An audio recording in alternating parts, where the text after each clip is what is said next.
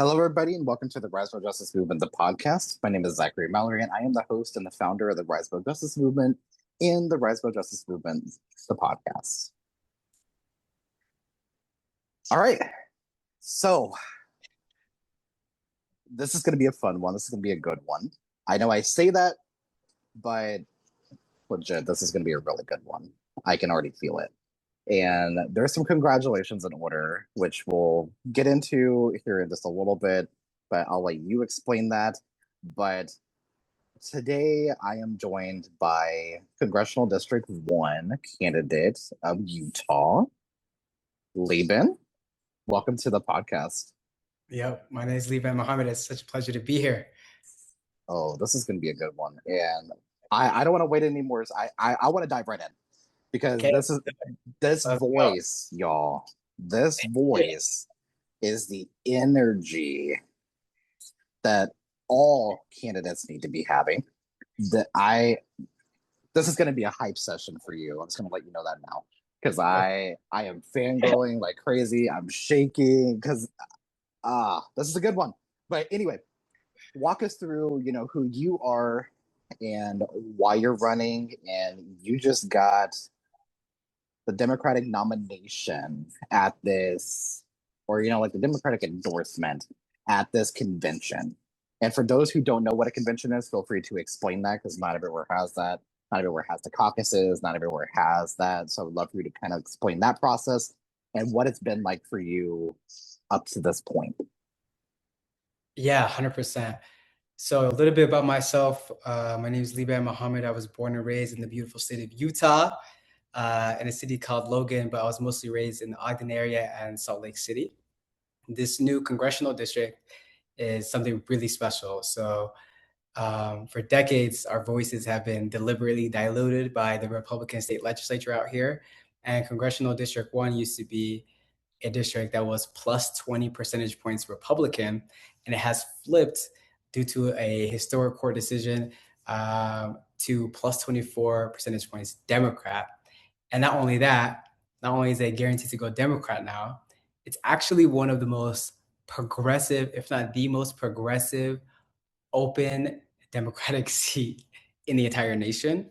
And this is an opportunity for a new generation of leadership that's focused on the working classes issues, somebody that's focused on bringing people who have been left out of the process, whether it was because of their progressive ideology or the backgrounds that they come from, to really get excited, get involved, and be a part of the process. And that's exactly why I joined this race. This district brings together all of our West Side, where a lot of our marginalized groups are. We have 60,000 refugees in this district. I'm a Muslim person, and we have about 60,000 Muslims here. It's a different dynamic. I think there's about 120,000 people from the Latinx community, and something really special. And when I got into this race and I saw this new seat open up, I thought to myself, if I join this race, the worst thing that can happen is we get people excited, get them involved in the process, and use the characteristics that we have, and our ability to communicate, just to try to make a special moment for the civic process itself. And in doing so, advocate for the right things. But now it's gone beyond that. We organize like crazy. There's a process called convention that Zach just mentioned that I won. But what convention really means is there's two ways that one can get on the ballot. So to be a candidate on a piece of paper for your primary ballot in June, to be that option in the first place, you either have to collect in Utah 7,000 signatures from registered voters, or you have to win from in convention, which is essentially a day where delegates, which I like to describe as neighborhood leaders, each little neighborhood sends a representative, and they select the candidate that they think should make the ballot. And the day that they pick those neighborhood leaders, those delegates, it's called caucus night. Now, in the previous election cycle, there was only 1,300 people who attended caucus night in the entirety of Salt Lake County. And to give you an idea, that's well over 1 million people in Salt Lake County, and only 1,300 people show up. This year, they said it was a historic turnout, but it was only 5,000 Democrats that showed up to caucus night. across the entire state of Utah. And that's a historic turnout. So I saw that and I was like, okay, if our marginalized communities, our minority communities, our leftist perspective communities don't have the population to ultimately sway the outcomes of elections, what we do have is the numbers to select who our options are in the first place. So I organized like crazy. I went to the west side of Salt Lake where these communities are, and we got all these folks come out wanting to be a delegate. We got 50 people with refugee backgrounds to win delegate seats.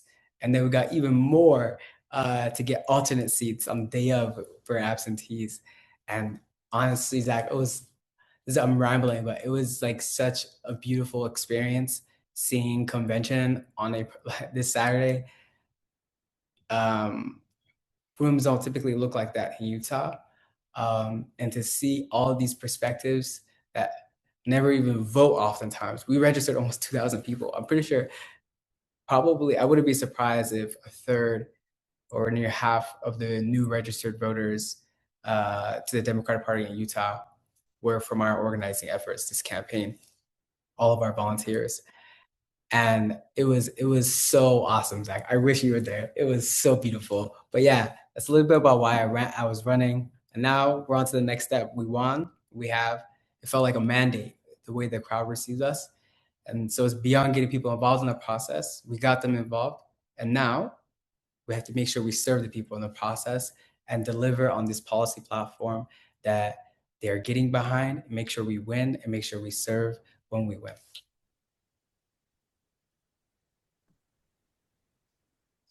Yes, exactly. And yes, I'm speechless. I can't even tell you the momentum that you're building. It is so incredibly inspiring. And we're seeing this momentum across the country, right? And people are running for various reasons. Some reasons are healthcare. It's obviously a top concern of constituents all across the country.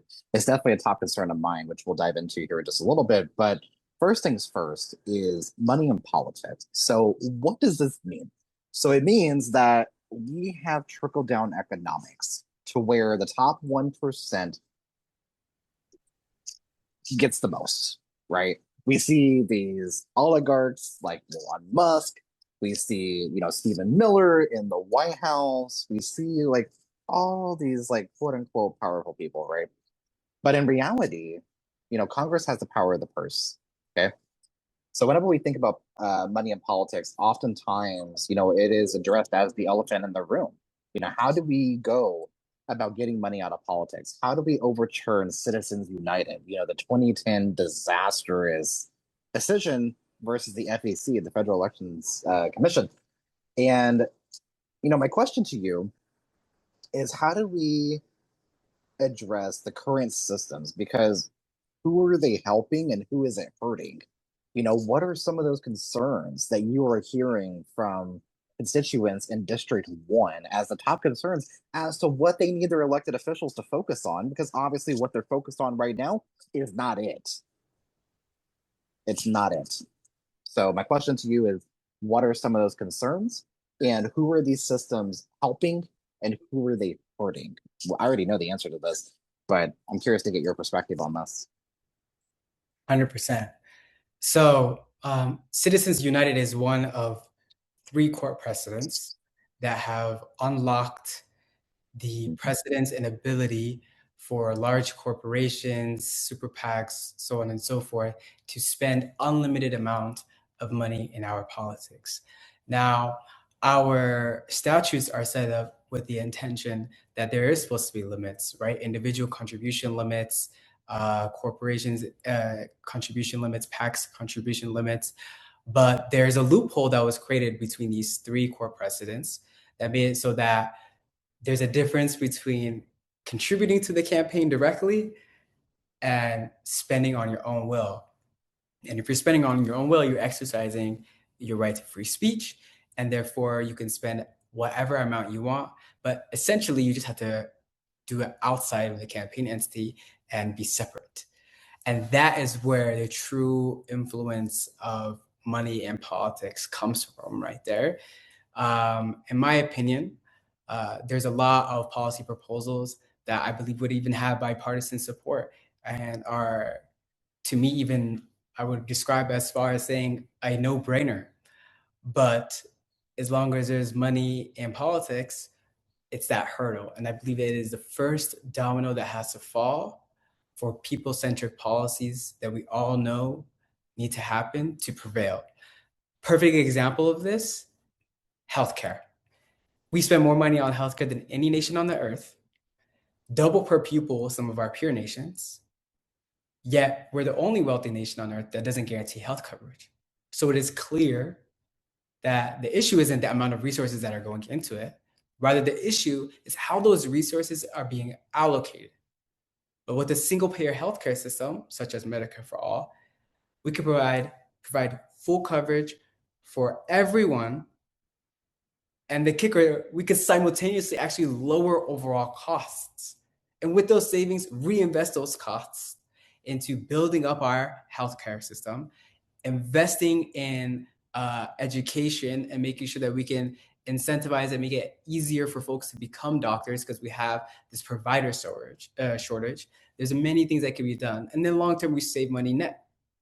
So if we could provide full coverage for everyone that produces better care, because competition now becomes on the basis of your quality of care, and there's no such thing as in-network, out-of-network, right? There's only one network, the United States of America.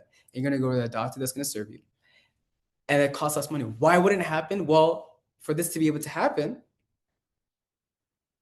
well, you're going to have to sacrifice the private insurance industry. Now, obviously, there's some real concerns with that too, because there is how many jobs, right? A tremendous amount of jobs they create, what that would do to our stock market, so on and so forth. But there's proposals to address this too, right? In terms of the jobs issue, you could create a transition plan that the first priority in this new public single-payer system for employment opportunities goes to those people who are losing their opportunities. The next thing is you make sure that you transition over time. It doesn't happen overnight. And a number of other things. But at the end of the day, there is some sacrifice that's going to be had. But the question is, should the sacrifice be the burden of the billionaires and the shareholders who are ultra wealthy, who are profiting from making healthcare inaccessible and expensive? Or should we make sure that we provide healthcare as a human right for everybody while saving overall costs? And to me, that's the most important issue in our country right now that could produce direct, tangible outcomes in many people's lives that you feel just like that. And something I'm really passionate about. I think every time you speak, we feel the energy that comes from that. And you bring the energy of, again, like I said at the very beginning, of how we want to see our elected officials be. Politics gets really ugly.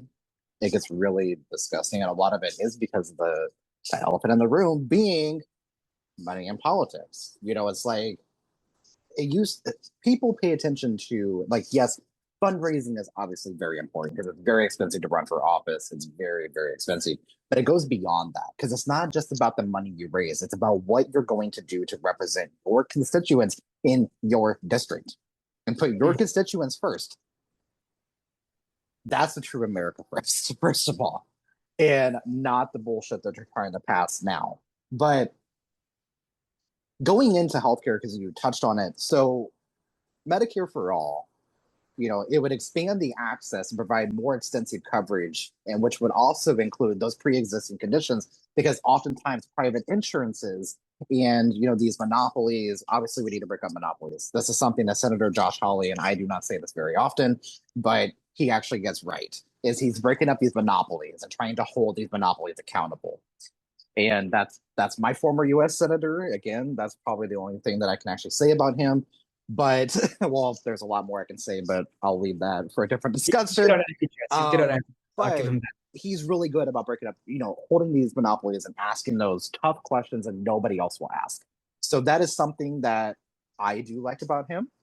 And we need to see more of that across the aisle. We see Cory Booker on a book tour. Dude, what the fuck are you doing? First of all, is my question. Like, you like what? And then you want to run for president? No. No, no, because you're not going to do a book tour across the entire country. No, you're not going to do it. People are not going to tolerate that. But thinking about Medicare for all, expanding that access and providing that more extensive coverage, thinking about the current limitations for Medicare. Obviously, you have to be a certain age, you have to reach this, you have to reach that, you have to be this, you have to be that. This would wipe that entirely out as universal health care, Medicare for all, whichever you want to call it. It's all the same thing. And it's obvious the current systems were not designed for people like us. It's very obvious. Somebody should not have to pay more than what their car payment is. Somebody should not have to pay more than what their housing payment is. And then oftentimes they're like, oh, I can't break a leg because if I break a leg, or in my mom's case, break her wrist or die. Like it's the reality of it. It's like I can't get sick because you can't afford to live. Like, look, a lot of our peer nations have better overall health outcomes than us, right? Longer life expectancy, all these different things. Why? There's many reasons why, but one could argue because that person, when they start feeling a little ill at the beginning, they think something's wrong in the early stages. They go to the doctor just like that because they're not worried about going bankrupt. They're not worried about the financial consequences of trying to address their well-being, right?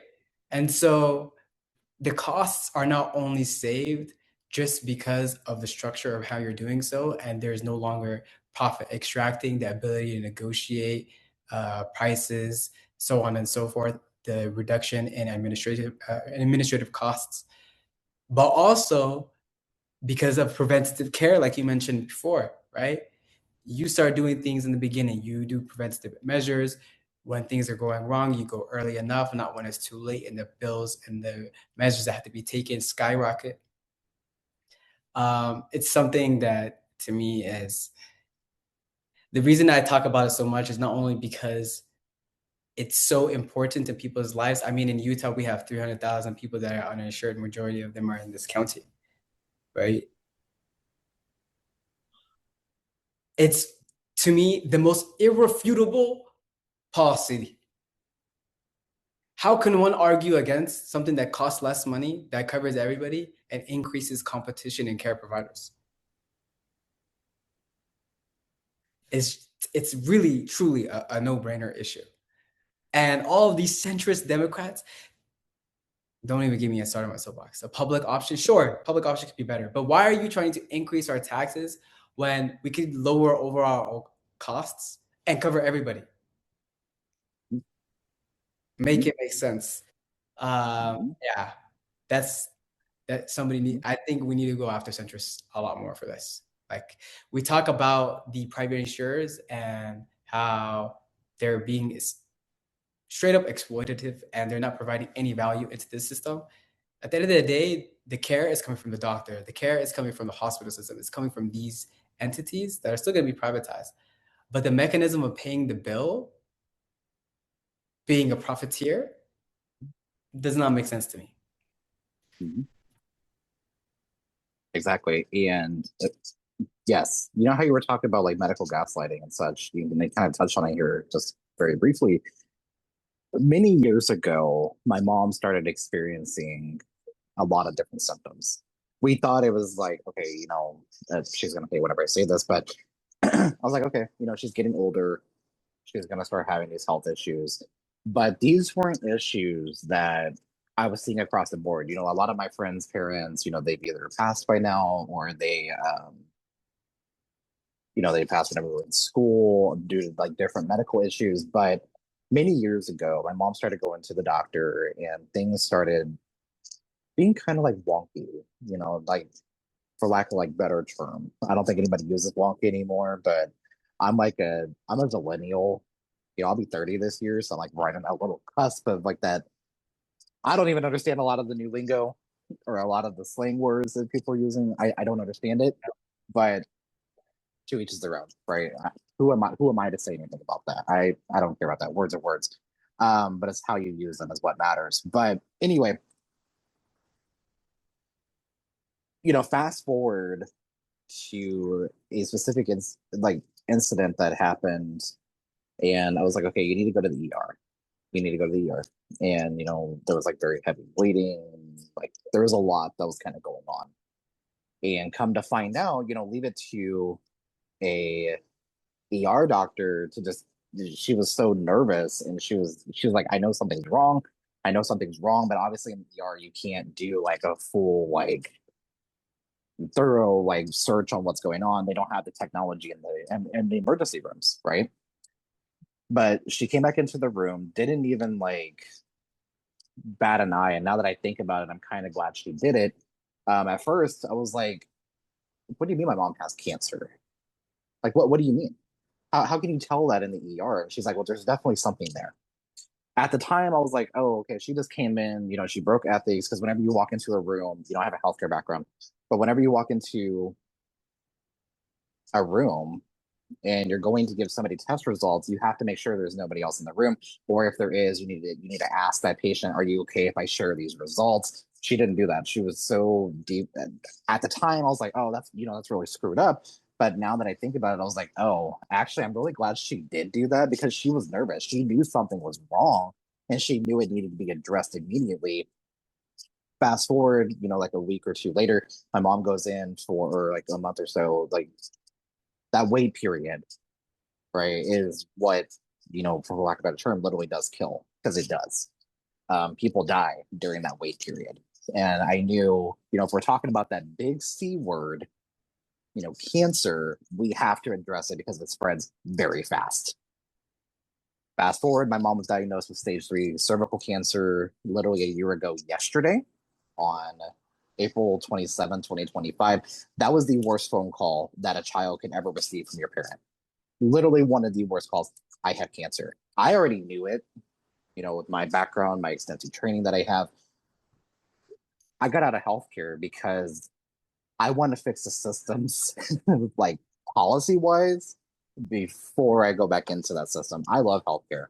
I loved interacting with my patients, but I also heard doctors and nurses talking about their patients that we can't get them the care that they need because these systems will not allow us to.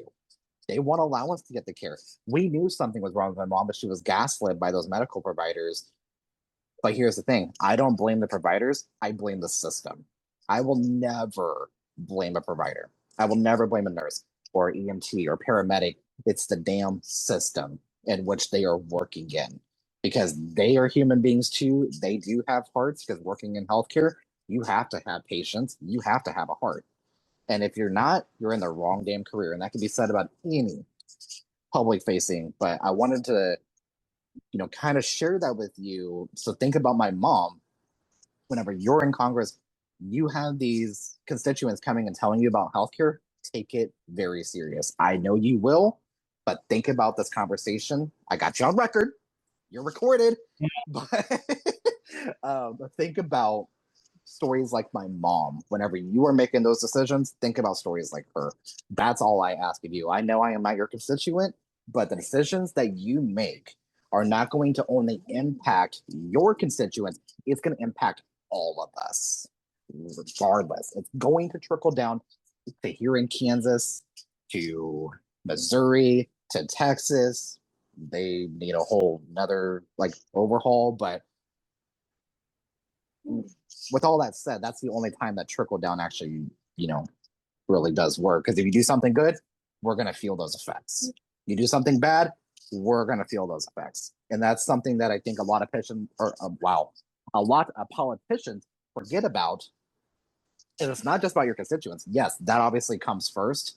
But whenever you are a federal representative, you're impacting the entire country. You're impacting all of us. And not just this country, but other countries are going to feel that too. And then one president, one president got us on a international human rights watch due to the human rights violations in the country. Not only ripping people off of healthcare, not only the masked ICE agents running rampant in our airports and running across the country, but just because of the blatant human rights violations, extreme abortion bans, the lack of healthcare, the lack of public education, we got some serious work to do, my friend. And I believe that you are the one to do that. Your voice is so needed in those halls of Congress. I can't even tell you how much we need people like you. The candidates that are running that I have interviewed on this podcast give me hope. That's why I did it. That's why I'm doing it. Anyway, thank you for letting me go on my tangent there for a second. Now it's your turn. What are some of the concerns and ideas, too, that you are hearing in your district whenever you've been out talking to people, whenever you've been, I don't know if you've been phone banking, some candidates do, some candidates don't, but whenever you're out engaging with constituents, what are some of those concerns and ideas that you are hearing from your future constituents? There's a lot of beautiful things out here, but there's also a lot of problems. Mhm. Um, in the most present moment, something's a big concern. It's a little bit outside of my district, but the reality of this situation is, as we now have a progressive district, it's like we had to represent the whole perspective for the state in a way too. And there's this new data center that is being proposed to be built by Kevin O'Leary and his other billionaire buddies up in Box Elder County, which is a little bit north of this district. And it's this mega project, mega enormous project. And I don't know if you know this. I used to work on data center sustainability for Meta, and I mean, I'm a son of immigrants. When I first got that job, I thought I made it, man. I'm not gonna lie to you. In my heart, I thought I made it. But then as I worked and I worked and I worked, I also got to learn and learn and learn. Yeah, so a major concern out here, just north of this district, but something that's really important for the state of Utah. They're trying to build a new data center, and there's been a number of data centers that are being proposed throughout our state. Now, my position on data centers at a high level is that we need a moratorium specifically in areas that are water distressed, which Utah most definitely is. And for data centers that are being placed that are in areas that are not water distressed, they need some serious environmental standards akin to, what is happening in other nations that are a lot more responsible on this issue than us. That means 100% renewable energy back into the grid, water conservation requirements. It needs to be water neutral, ideally water positive, but absolutely water neutral. We need to make sure that we're not passing costs onto the residents.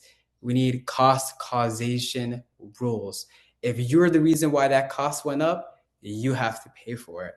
If we're building new substations and all of these different things, and our grid system is being strained because of this new industrial organization or this new data center, whatever it may be, they must take on that burden, and it should not be subsidized by the taxpayers. And what also shouldn't be subsidized by the taxpayers is this kind of race to the bottom that's happening right now. So, what I learned when I was working in big tech is what these companies will do is they'll go to each state and they'll pitch them and they'll say, hey, we want to build this $1, $2, $3 billion data center. And in exchange, we're going to give some money to this school for laptops. We might, we're going to hire 2,000, 3,000 construction workers for a little while and help with short-term economic development, maybe 20 full-time jobs that are six figures. And it sounds like this special opportunity, but they'll say, but here's the kicker. If you want this economic development, we're not going to be paying sales taxes. We're not going to be paying property taxes, which is where water bills are usually paid from in most places. And sometimes other types of tax incentives. And a state is put in a position where the companies can say, well, you choose. Either we come to your state or the next state will give us the deal. Now, no state believes that it's a sound deal, but it's a zero-sum game, right? Either you get those 20 jobs or you don't. And these states are being manipulated. They're being manipulated. But if we have true federal standards, that can't happen anymore. And these companies that are the most profitable companies in the history of humanity are going to be paying their fair share. Because if we're paying taxes, they need to be paying taxes. So I think that's a really important issue, and something that I hope to bring to the table when elected to Congress. I would be the only person in Congress with big tech experience, and Lord knows we need somebody that knows how to download a PDF up there.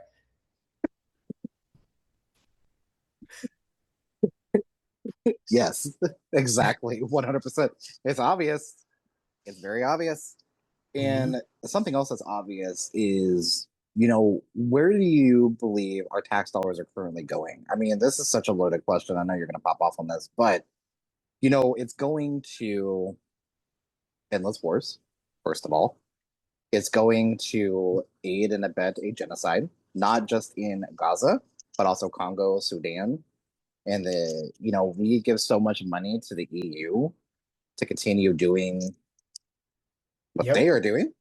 But those tax dollars could obviously go towards, our healthcare system, public education, these social service programs that actually help our lives instead of further marginalize already marginalized people, right? So obviously we see this as an ongoing issue and we bail out Israel. We put, for a lot of whatever reasons that are beyond my comprehension. But we aid and abet this. How do we address this? And then obviously, how do we continue to treat it exactly as we need to be treating it? Because obviously, our tax dollars are not going towards us. They're not going to help us. They're going against us. So thinking about that, you mentioned about Kevin O'Leary, freaking venture capitalist. Hmm. Don't even get me started on venture capitalists and very interesting. I could go in on that as well. Here, what you talked about right there, that sentiment that you just shared is exactly what this campaign is about. The fundamental ideology that I'm leading with throughout this campaign and hope to lead with when elected is that we need to deeply focus on two things: American diplomacy, not war, diplomacy abroad, and our own dignity at home. Diplomacy abroad, dignity at home. And with that ethos, with that kind of leadership perspective, I think that's the difference maker. People always talk about the influence of lobbying. I worked in government relations, right? People always talk about the influence of lobbying, but they only talk about it in the context of unlimited spending in politics, right? And money in politics is tremendously influential. Obviously, it's capitalism. We know what it is. But you know what I believe is actually the most influential thing that these large corporations have, and what actually genuinely is the biggest difference maker is information. Let's take, for example, I might have background in, I was the government relations director for American Heart Association. And I went to Meta and TikTok before resigning in protest. So maybe some public health advocacy, maybe some tech. But if you come and bring a bill to me about should we build a bridge over there and the different considerations at play. Now, I'm not a civil engineer, and that's not my expertise. And I rely on experts to inform my ignorance to try to be able to adequately vote in a way that's best for the constituency. Now, it's not the ordinary people that are coming up there to give you that information. It's that construction company that's going to profit. It's this other company that the suppliers are going to profit, so on and so forth. And so, because of the lack of investment we are putting into our congressional staff, putting into civil society organizations, we've created a structure where we have a reliance on private sector interests to be able to inform us how to govern. And the result of that gets back to your other point. How are we using that as tax dollars? We're the wealthiest nation on earth. Why aren't we getting these resources? Because we're spending them back on those people who gave us that information. The military industrial complex, all of these federal contractors that are not providing nearly the value that they need to be providing. providing services that we could be providing from a public sector side without paying profit. It's truly, I think, something that's not talked about enough, which is the monopoly of information and competence. And that's something that I really want to focus on, is increasing compensation for staffers. Because I think that actually, it sounds simple, is we're talking about hundreds of people, thousands of people. It's not that much. But I think that actually makes a huge difference. If that, legislative assistant is never worried about, oh, how am I going to pay my rent? Or can I get that job at Google? Because they're getting that same kind of compensation. It should be a position that people desire to have, and they can sustain and retain their talent in a way that is beneficial for our nation. That's my soapbox. Yeah, and it is a soapbox, but at the same time, it's a soapbox that is going to help benefit the poor and the working class. I mean, it's a common sense. I keep saying common sense, but obviously, common sense is not in Washington right now. That's very obvious. And this is on both sides of the aisle. They're not meeting the moment. They're not meeting the will of the They're people. not. No. They're not. Think about this, Zach. What do you think a staffer is going to do when they make 50K, 60K a year? There's a lobbyist that comes in that they know makes millions or hundreds of thousands of dollars. And in the back of their mind, they always think, maybe I can get a job with this person. Mm-hmm. The money doesn't even need to be spent. The opportunity of what could be in the future is a deterrent to hold corporations accountable. Because what if I want a job over there? What if I can get this opportunity if I'm really nice to Zach? He might get me on his show. That shouldn't be the case. And it wouldn't be the case if they were compensated in accordance to the value that they're providing our society, which is literally appropriating funds and legislating on the behalf of the wealthiest, most powerful nation on earth. And I think we should really treat it as such. This should be a job that the best minds in the world want. Yep. Exactly. Again, I guess essentially we need to bring back common sense, because this is something that is not in the room with us. I mean, not you and me. It's literally common sense. But thinking about like the broader approach here and the broader picture, common sense is not in the room oftentimes. I know we're coming up on time here, so my last thing for you is thinking about like AI regulation. So obviously, how has your district shown up? You mentioned it like a little bit ago about like the data centers, but what is the community doing as far as like pushback that you have seen whenever it comes to working towards AI regulation and fighting back against these data centers? There's a lot of concerns about these data centers. You mentioned about the water usage. You mentioned about the energy bills. You mentioned about oftentimes they also like pollute communities, and we've seen that in Nashville or in Tennessee. We've seen that in other areas of the country. But what what has your district been doing to show up against these data centers? And I know this is a really big topic, but just out of curiosity. It's actually very simple. They organize and they shut it down. They don't let it happen out of my backyard. Actually, just the data center that I was mentioning a little bit earlier in Box Elder that they're trying to build, the community came out in numbers. They went to that hearing and they ended up postponing it to later in May because so many people rised up. And those simple things make a difference. They make a difference. It brings light to the matter, and it allows folks that are experts to see the situation, propose solutions. And at the end of the day, if we organize as a collective, then we have true power to hold people accountable more than people think. Yeah, absolutely. How can people, this is the last thing, how can people obviously contribute to your campaign? And then, as I mentioned, with like all the candidates, this is all going to be in the description as well. But just for the audio, how can people contribute to your campaign? When is your primary? And then, which I know is in June. And then, how can they uplift the work that you are doing, via social media, website, etc.? How can people get engaged with your campaign? Yeah, first and foremost, if you visit libanforcongress.com, that's Lib as in boy, AN as in Nancy, for congress.com, FORCONGRESS. On that website, you'll be able to sign up for our email list or volunteer list. You'll also be able to donate if you so wish. It would mean the world. This is not cheap, especially when you're running against somebody that's taking APAC money and every other corporation that you can think of, and that private insurance industry that I was telling you about that is stopping us from having healthcare as a human right at a cheaper price. The next thing is follow me on my socials. On Instagram, it's Liban, Liban, the number 4 Congress. Same on X. And then on Facebook, just my first and last name.